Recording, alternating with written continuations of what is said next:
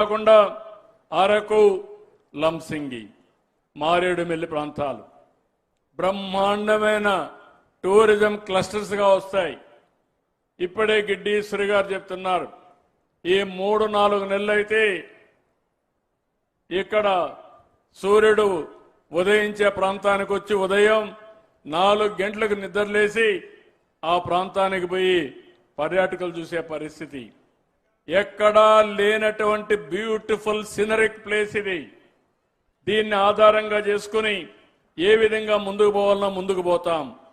ఇప్పటికే దగ్గర 200కు పైగా హోమ్ స్టేలు, అంటే మీ ఇల్లే గెస్టులకు ఆతిథ్యాన్ని ఇచ్చే విధంగా కార్యక్రమానికి శ్రీకారం చుట్టాం.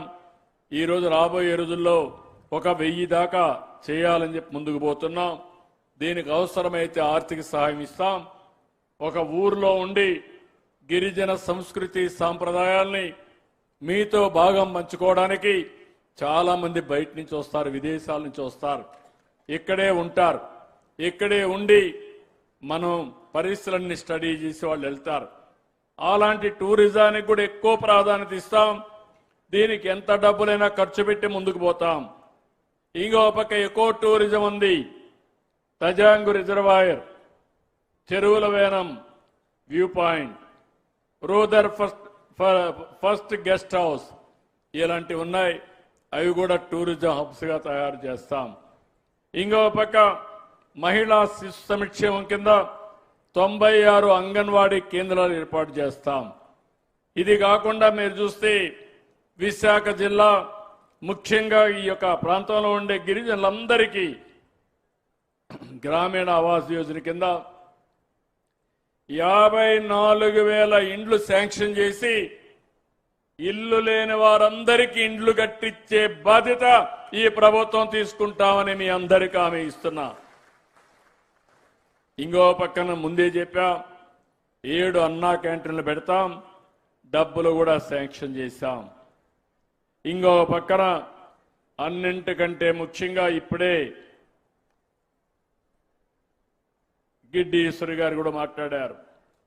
ఇక్కడుండే వాళ్ళందరిలో ఒక ఆలోచన రావాలి. ఏదైతే మొట్టమొదటిసారిగా GOMS నంబర్ 275 ఇది ప్రారంభం. అంతవరకు గిరిజనుల యొక్క ప్రాంతాల్లో టీచర్లు కానీ ఉద్యోగస్తులు కానీ రిజర్వేషన్లు లేవు. ఆ రోజు చదువుకున్న వాళ్ళు కూడా లేరు. ఇది 5/11/1986 నందమూరి తారక రామారావు గారు ముఖ్యమంత్రి.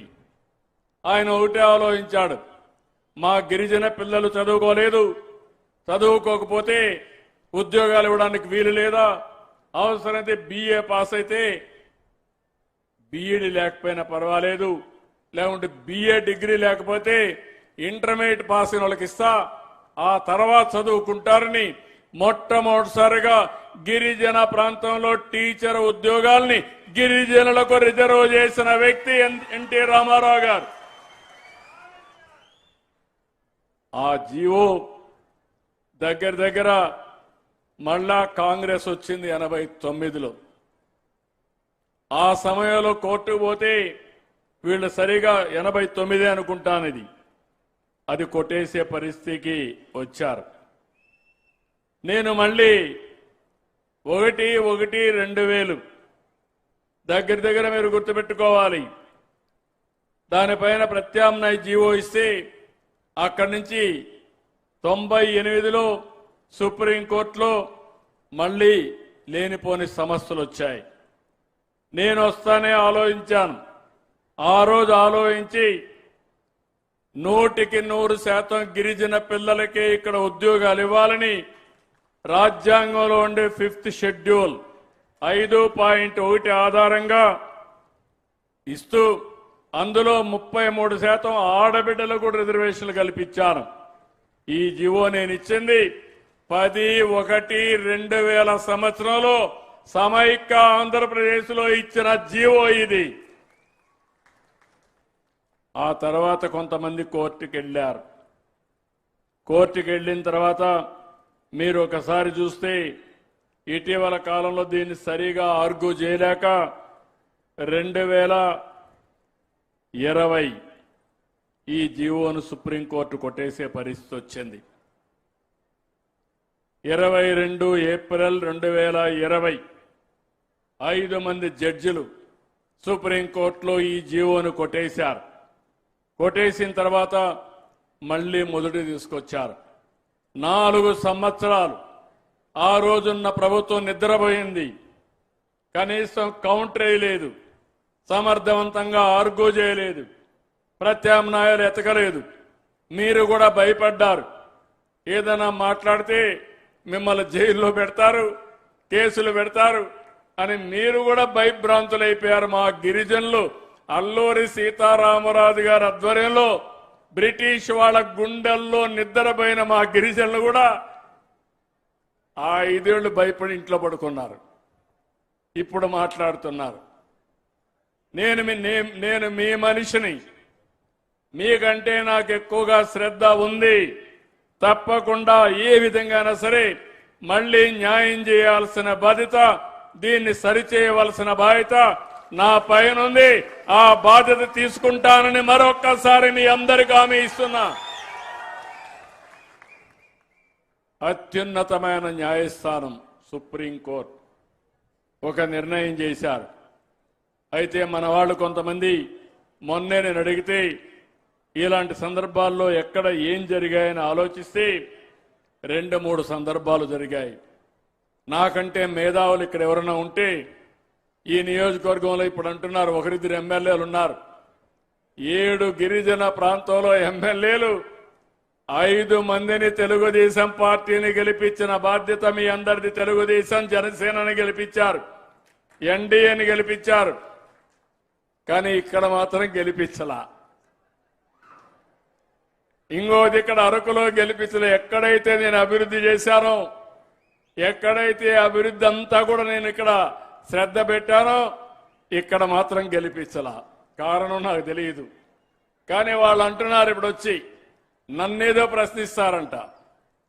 నన్ను కాదు మీరు ప్రశ్నించేది, మిమ్మల్ని నేను ప్రశ్నిస్తున్నా. సమాధానం చెప్పమంటున్నా.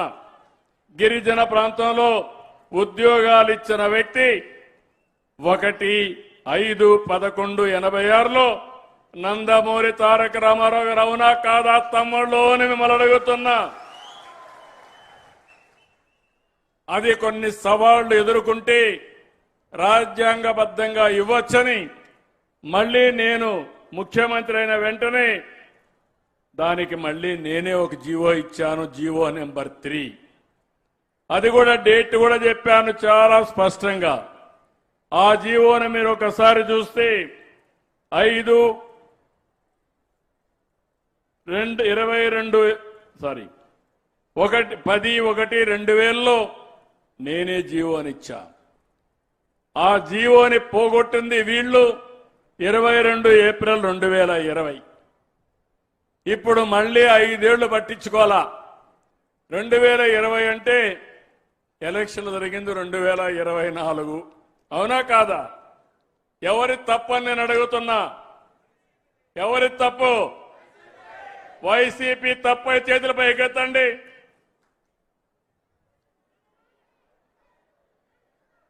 ఏమమ్మా? కాబట్టి వైసీపీ నాయకులు ఈ పాడేరుకు